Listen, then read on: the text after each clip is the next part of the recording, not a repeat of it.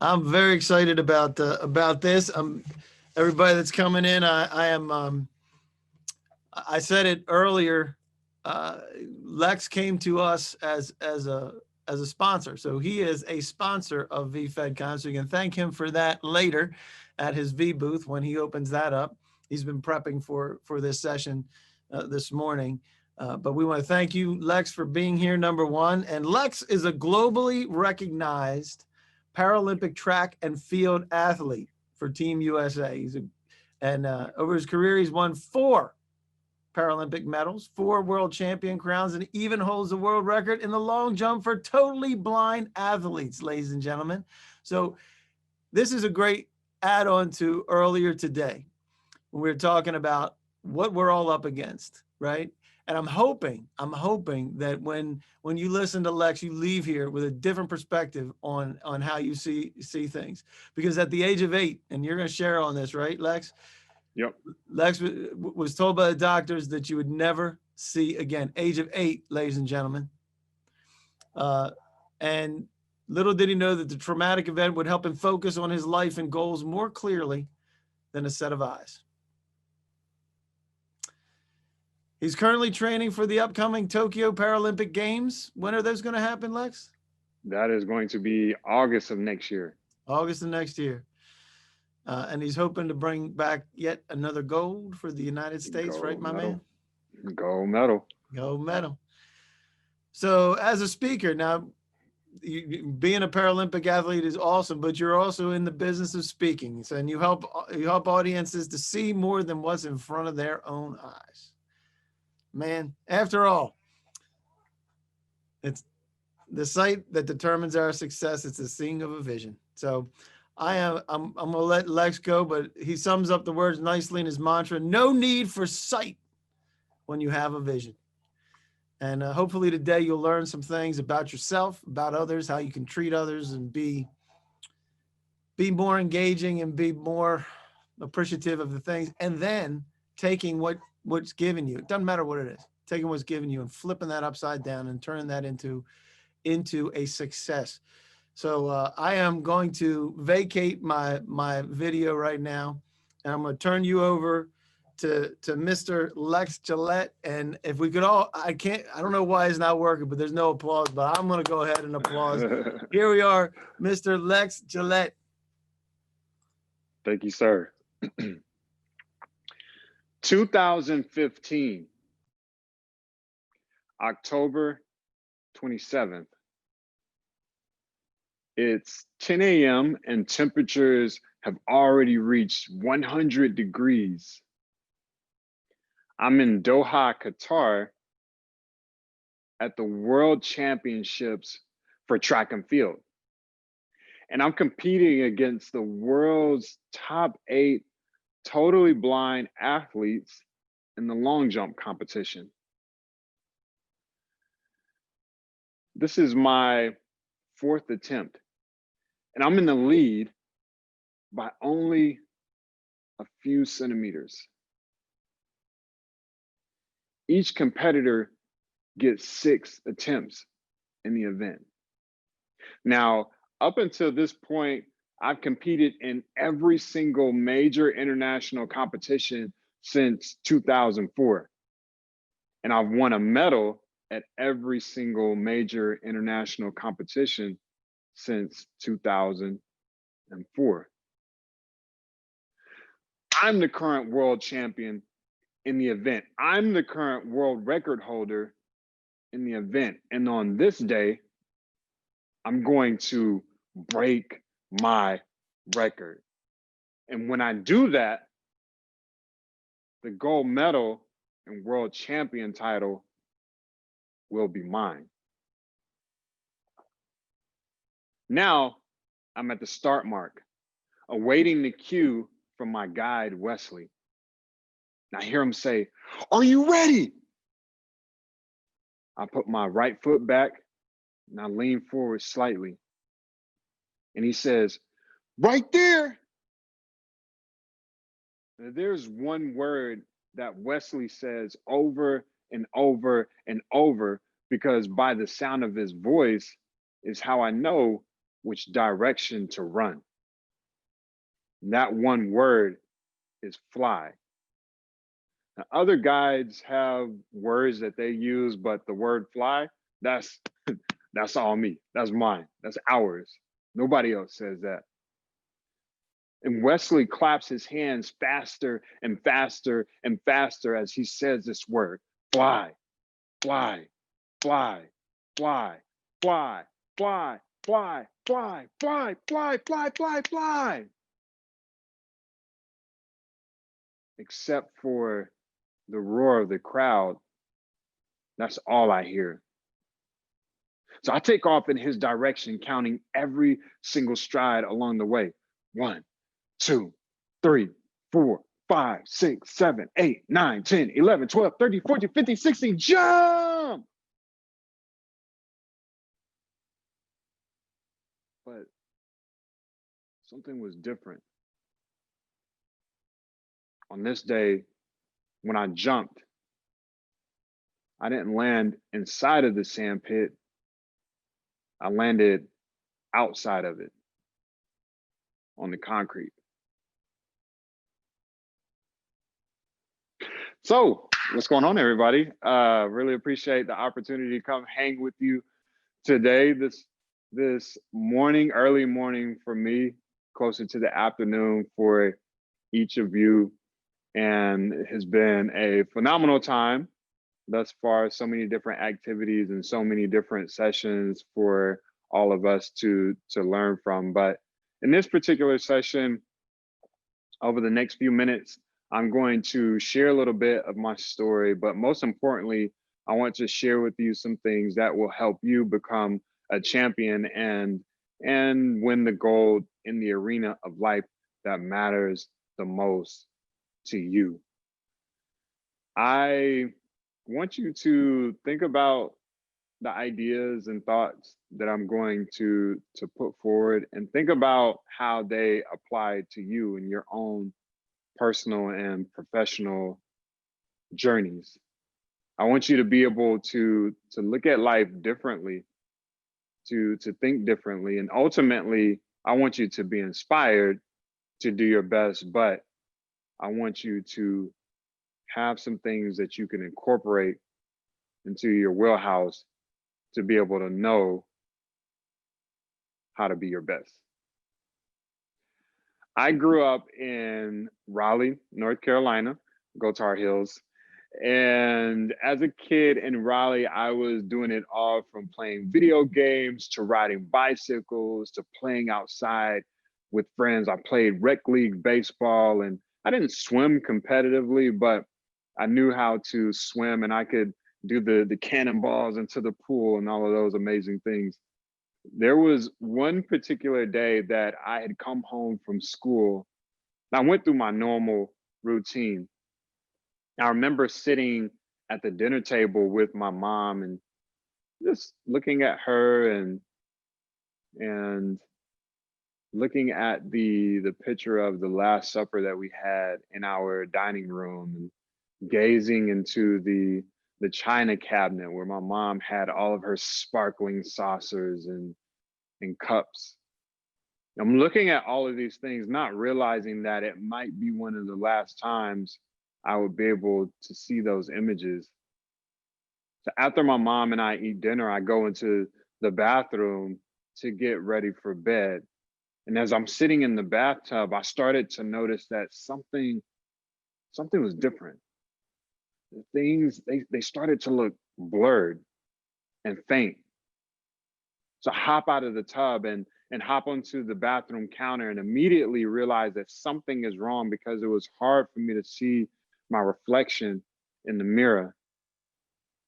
So I call my mom, Mom! She comes into the bathroom and said, what's going on? I said, well, I can't see as clearly as I did earlier today. I don't know what's happening. And the thought was that maybe I had gotten something in my eyes from playing outside earlier that day. We took some water and we cleaned my eyes, made it feel better, but it didn't clear my sight any. The next thought was to go to sleep and maybe everything would be okay in the morning. As I lay in the bed that night, I remember thinking to myself, like, what's going on? Like literally everything was okay earlier this afternoon. When I wake up, will it all return to normal? Will I be able to see normally? When I wake up, will I be blind? And that next morning, I poked my head from under the covers and my heart dropped because nothing had changed. My mom took me to the doctor, and after an examination, they said, we need to have an emergency operation on your son's eyes because he's suffering from retina detachments. Now, retina detachments, you hear a lot of like boxers get that because they're bound, like hitting each other in the head and things like that. And you have that jolting and that blunt force to create that type of condition. But at 8 years old, there wasn't one specific thing that I could point to and say, oh, this is what's causing this issue. We had that first operation and it seemed to be successful. I could see well for the next 3 to 4 weeks. And after that time, my sight began to get blurry again,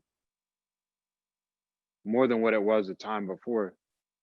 The second examination revealed that I needed to have a second operation to repair retina detachments. We had that operation and it seemed like it helped. I could see for another 3 to 4 weeks. And after that time, the same issue occurred. My sight began to get that much more blurry and that much more faint.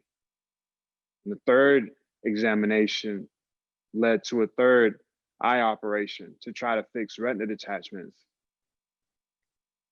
That was the pattern for the entire time that I was 8 years old. And in that 1 year, I had 10 operations to try to fix the issue.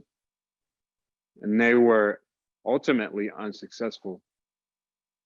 After that last one, doctors said that there was nothing else they could do to help my sight. And they said that I would eventually become blind. To hear those types of words being told to you, that it's tough to say the least. I think a lot of me as an 8-year-old kid was thinking that, all right, well, am I still going to be able to play my video games? Am I going to be able to ride my bicycle, play outside with friends, draw pictures, read, write, watch television? From that day forward, it was me going home, going through my normal routine, eventually going to sleep at night. And you wake up the next morning seeing a little less of what you do the day before until one day you wake up and you can't see anything. And that's when reality, it hits you in the chest. And I can't see my neighborhood anymore. I can't see my mom and her expression, and I can't see to play Super Mario Brothers, and can't ride my bicycle or any of the things that I was used to doing. And that was excruciating. Excuse me. But my mom has been a really huge influence in my life. And she said that, you know what, you're still going to be able to do awesome things. You just may not be able to see those things with your eyes. And from that day forward, she vowed to teach me everything that I would need to know in order to be successful in life, to connect me with the appropriate people, to involve me in the right programs, to connect me with the right technology, accessible technology, all of the tools that I would need to be successful in life. Ultimately, her goal for me was to, I just want you to go into the world to get an education, to graduate from school, to be able to contribute to society like the next person.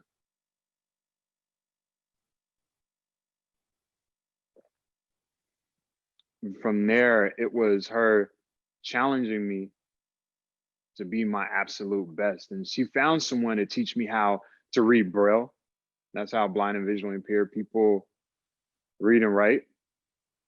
She found someone to teach me how to use a cane, to slide a cane back and forth so I can navigate on my own and get comfortable with maneuvering around in space.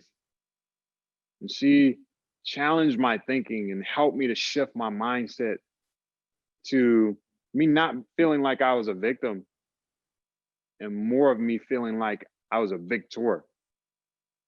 To go out into my neighborhood to continue to discover and explore.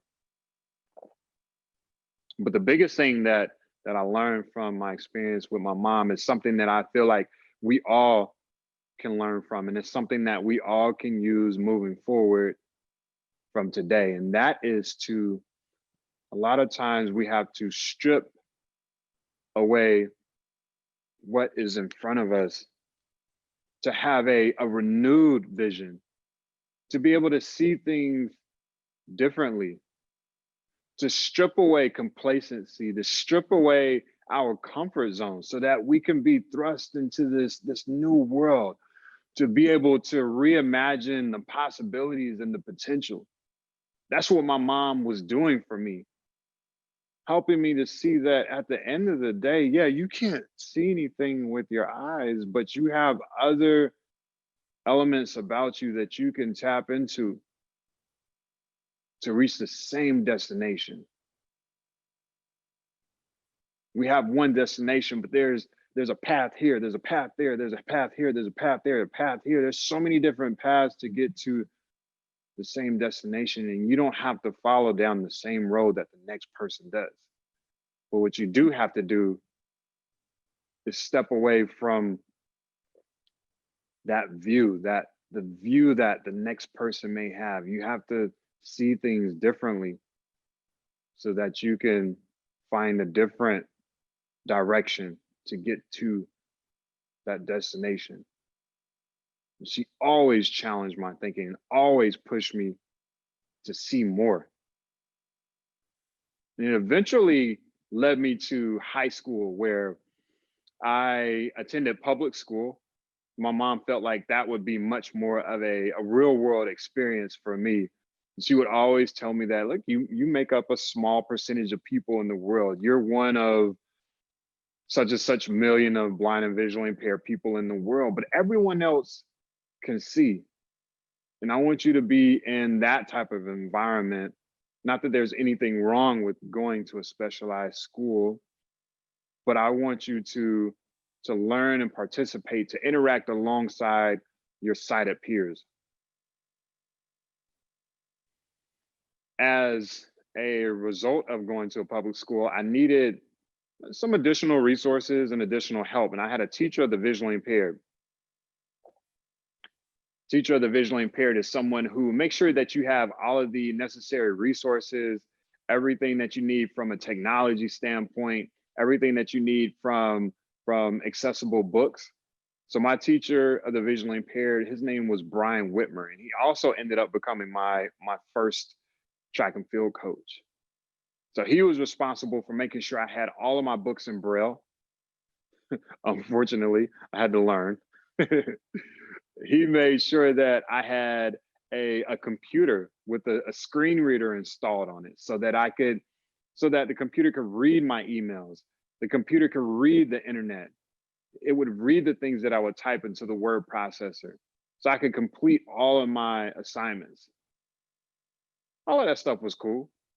But one of the even more interesting things that he did, or one of the cool things that I really appreciated in high school, was that Mr. Whitmer attended physical education class with me. And he wanted to make sure that I had an inclusive environment, to make sure I wasn't sitting on the sidelines, to be involved with the rest of my students and classmates. It was one day that we had to participate in this physical fitness test. a test where you had to do as many pull-ups as you could do, as many push-ups, as many sit-ups as possible. But one of the events was standing long jump. Stand in one spot, and you jump forward as far as humanly possible. So each kid they're jumping, and I can hear the stomping of feet onto the ground as they land. And finally, it's my turn. Mr. Whitmer directs me to the line that's situated on the ground, and he makes sure that my feet are situated right behind that line. And he says, all right, Lexus, it's your turn. Show me what you got. So I bend my knees, arms back, and I jump as far as I can. And I remember when my feet hit the ground, my students, my classmates were like, whoa, wow. Like, this guy just jumped that far, and he's blind, he can't see anything. Like, he literally just jumped farther than anybody in our class, anybody in the freshman class, and one of the best jumpers in the entire school. We have over 1,500 kids in our school. Mr. Whitmer, he's laughing hysterically, and Lex, oh my gosh, do you know you just jumped 10 feet from a standstill? 10 feet. You could potentially go to the Paralympic Games. That's the highest pinnacle of competition for athletes who have a physical disability. You could represent Team USA.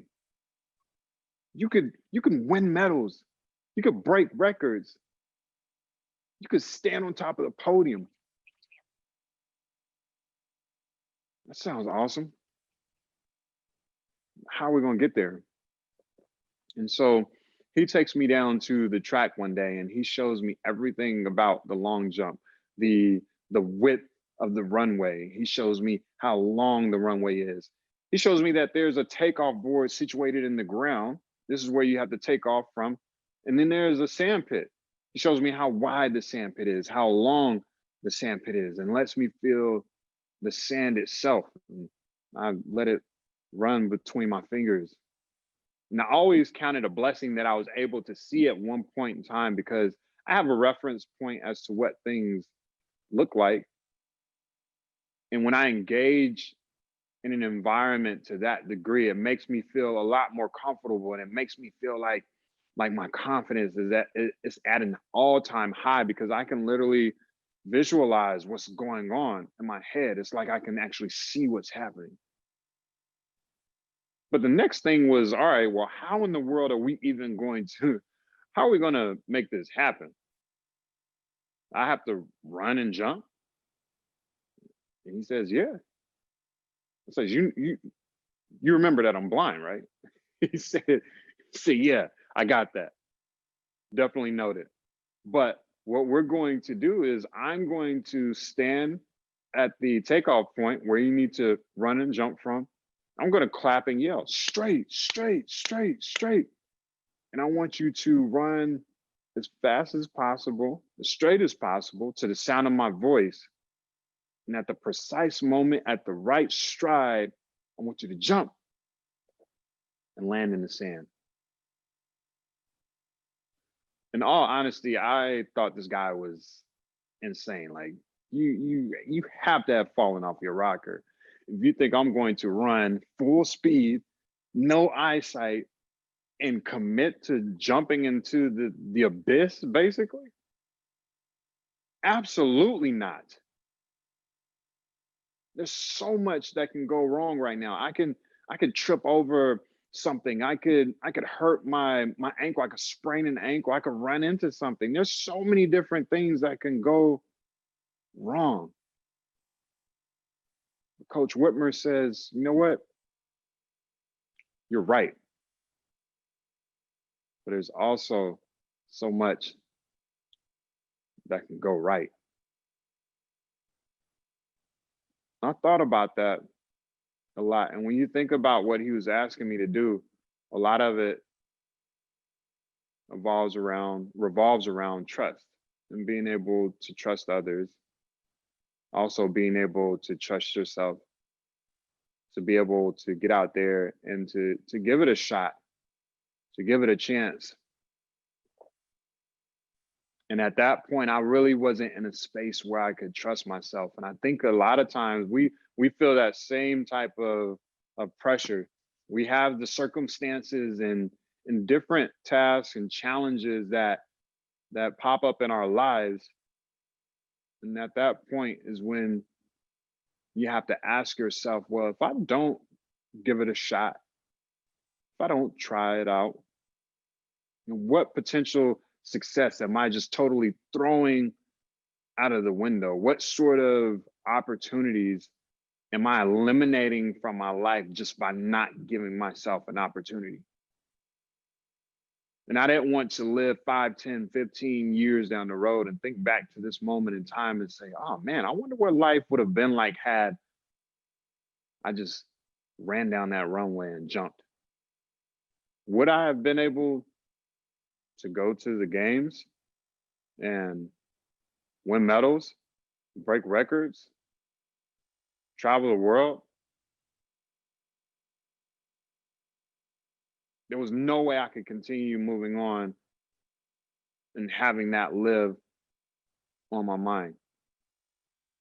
So I got back out there on the track and I gave it a shot. Took that first run, jump.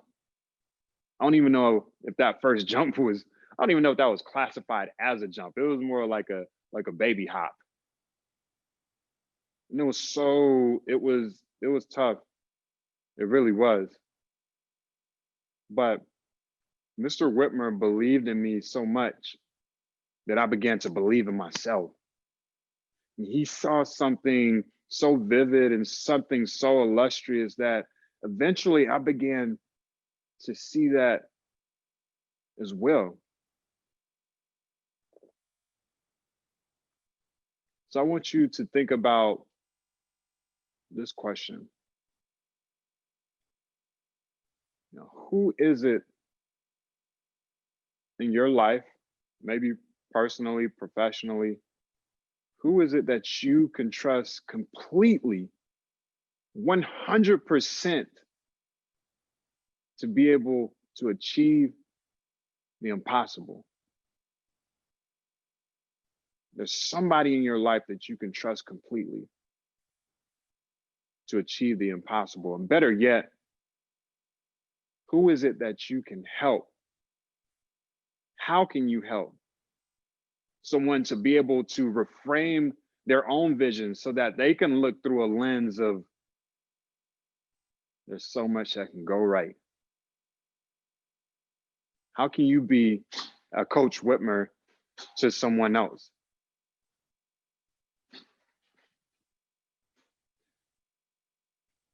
Mr. Whitmer helped me to see my potential and to see the possibilities. And that's the power that we have to give to others. And even within that relationship, there was something else that I learned, and I truly learned the difference between sight and vision. Because sight reveals to us what is, vision allows us to see what can be. Sight reveals to us our current reality, but vision allows us to see past our reality. Vision allows us to see what we can do, where we can go, and who we can be. And there's a lot of people in the world, millions and millions and millions of people in the world who have perfect sight, but they don't have 20/20 vision. And 20/20 vision is, when you think about vision, vision is it's a component of the mind and of the heart. Vision has everything to do with what we can see beyond the horizon. Now, I want you to think about these three things specifically as it relates to vision, because, excuse me, number one, if it is a true vision, if it's real, then it is meant to change mindsets. It's there to change communities and change cultures, societies, change every boundary of this country and of the world. It's something that literally gives us more clarity to be able to see the future with ultimate truth. And number two, a vision, you understand that you don't have to do it alone. And quite frankly, you can't do it alone. You need others. You need people from different backgrounds. You need different ideas and thoughts. People who have different experiences, who come from different cultures, who have different abilities. Having all of those, having that diversity at the table, 9, 10, 11, 12 people who have these differences, it helps to create this huge and just amazing, vivid image of what can be. Which circles back to that first point that I make about changing society. That's how we change society. That's how we evolve and grow and develop. And number three, a vision allows us to see hope during times like the ones that we live in right now. This year we've seen the pandemic. We have seen social unrest, and you have the election going on. You have so many different things that are happening around us right now. But vision allows us to see hope through all of that, seeing hope during times of despair. Vision over sight. Now, let me give you the rest of the 2015 World Championship story, because that is the perfect example of when I refused to allow sight to overpower my vision. I refused to accept the current reality because I had a different vision for the future. Now, when we were at that competition, the reason that I landed on the side of the pit is because there was so much echoing going on, to the point where it made it difficult for me to pinpoint where my guide Wesley was standing. So when I ran and jumped, I veered to the right-hand side and landed on the concrete. Did it hurt? Absolutely. I had a bit of road rash. I gashed my elbow a bit. The officials were considering removing me from the competition because they didn't know if I would be able to continue. But that wasn't the image that I wanted to leave the spectators with on that day. That wasn't the image that I wanted to have in my own head of the ending of that competition. I just didn't want it to end that way. And I had something left in the tank. So we went to the medical tent, the medical officials, and I had to pass a few tests to be readmitted back to the competition. I got my elbow bandaged up. I got a new pair of tights because those had ripped. So I was kind of mooning the crowd a bit, which isn't good. And I get back to the competition, and I have one jump remaining. So I tell Wesley, first of all, that, listen, man, we're in this together. He's responsible for helping me navigate from the start mark to the jump. And I wanted to let him know that I still trust you. I know that at the end of the day, when I step on this track, there's the potential that something like that could happen. I could fall on the side. And a lot of people may think that severed those ties as it relates to trust. But in my mind, it made it that much more, it made it stronger. It made it stronger. Because I had to pull myself back up and come to the realization that this was only one jump that I've landed outside of the pit out of thousands. You ask any baseball player that's 999 out of 1,000, they strike out one time, they want that.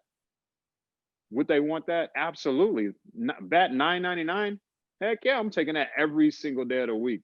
You ask any basketball player, they make 99 out of 100 free throws. They're going to take that every single day of the week. And I would take landing outside of the pit once out of 1,000 times every single day of the week. I trust you, Wesley. So as we traverse through life, as we go through the rest of the conference today and through the rest of this year and beyond, I want you to think about competition in your space and ask yourself, who are you within competition? Do you have an element of paralysis? Or within that competition, are you focused on productivity, producing? The reality is, in these times where it's time for us to compete, there is the reality that, you know, winning may not be guaranteed, but those are the moments in time where we can build ourselves up, to develop, to have that optimism, and to put ourselves in a position to really succeed. So as we face competition, don't be paralyzed by the pessimistic views that may try to enter your mind. Like, really focus on that productivity, that passion to produce something positive. So Wesley gets me back to the start mark, sets me up. He jogs down to the takeoff board. Are you ready? I put my right foot back. I lean forward slightly. Right there. Fly, fly, fly, fly, fly, fly, fly. I take off in his direction. 1, 2, 3, 4, 5, 6, 7, 8, 9, 10, 11, 12, 13, 14, 15, 16. Jump! This time, when I landed, thousands and thousands of cheers echoed throughout the stadium because I landed successfully in the sand pit. And the officials measured that jump, and they say 6.38 meters or 20 feet, 11 inches. And that was the best jump of the competition. And I was able to win the gold medal and the world champion title. Now, what I learned about that day in Qatar is that no matter the circumstances, no matter the obstacles or how far afield we may find ourselves, we can overcome and win that gold medal and become a champion in the area of life that means the most to us. Now, I've introduced you to a number of different things and a number of different relationships that have helped me. And it all at the end of the day revolves around no need for sight when you have a vision. Because ultimately, it's not the sight that determines our success, it's having a vision, to be able to see things before they exist, to be able to see things before, to be able to see beyond the horizon, and then to be able to take that and to set forth a plan and a strategy to be able to bring that into fruition. So as we move forward today, past 2020, I want you to be able to strip away complacency and sometimes strip away routine, what you're used to doing, so that you can find that renewed vision. And I also want you to discover how you can become a Coach Whitmer to someone else, to help someone else achieve the most ambitious goals and to help them see through a lens of what can be. And I want you to remember that in this realm of competition, never allow yourself to fall victim to that paralysis, but find yourself in that victory of passion and productivity, because that's what helps us build, and that's what helps us to develop and grow personally and professionally. Lex? And at the, I'm sorry, I'm finishing. It's all good, man. I just want to let you know we're at that, but there's going to be more to you in just a minute, and I'll let everybody know. But go ahead, finish up. I just wanted to say that, and as you step on the track, there's someone calling you. Fly, fly, fly, fly, fly, fly. And navigate down your own metaphorical runway and leap right into your dreams. Thank you. That is phenomenal. So who is your Mr. Whitmore? Who's mine? And who can I help like Mr. Whitmore? Fantastic. I said it before. You're a sponsor of this event, but next time we're paying you. So we really appreciate you being here. Take risks until there's nothing in the tank. No, thank you. Fantastic. There's so many things here. I can't read them all. Everybody is, I'm going to get it to you and you can review it. Thank you very much for being here and sharing that. I didn't expect that today. It's just phenomenal to be there. You can go, by the way, after this, Lex will be in his V booth a little bit later after lunch. Unbelievable. Go talk to Lex directly. You can visit his V booth and see that. And if you can help somebody else, if you can help Lex, he's looking. If you're not motivated, you're in the wrong. I can't help you. I just can't. Go ahead and visit there. Go visit all the V booths. Don't visit Lex yet because he's not going to be there. After lunch, you can visit Lex. Visit the rest of those folks.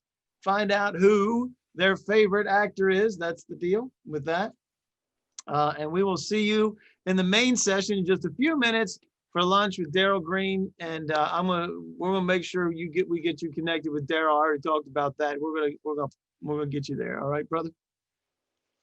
We'll have you there. All right, guys. Thank you so much, Lex. Fantastic. And we will we'll see you in about 15 minutes of lunch.